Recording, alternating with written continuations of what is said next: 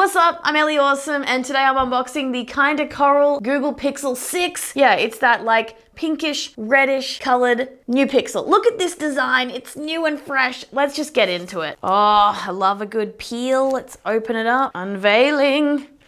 Oh, look at that. What the? That is a wild color. That kind of coral situation is kind of crazy. Let's pop this out. Oh, dang. Oh my gosh. This is a whole new thing. This is a nice, unique looking phone right here. I'll give you a bit of a close up. The peel. Ooh, clean. It was like, this is the 128 gigabytes model.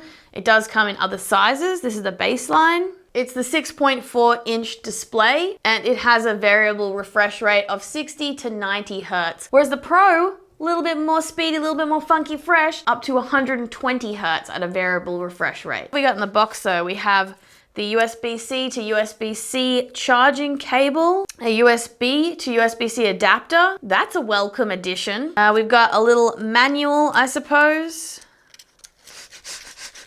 I can't do it. Ah, gotcha. Tiny little startup guide in blue. Oh, so tiny. Tiny safety guide. Documentation-ish. Whoa. Oh, and the SIM tool. No charger, but I am not surprised. This is the new thing with all the phone companies these days. Now, let me take a look at this tiny booklet. All right, so it's telling me that we got a fingerprint unlock on screen. Got the USB-C charging port on the bottom. Obviously, volume up and down, power button, SIM card tray is on the left-hand side here. Anything else we want to know? Unless you want to do it all in German. Dein neues Pixel enrichten.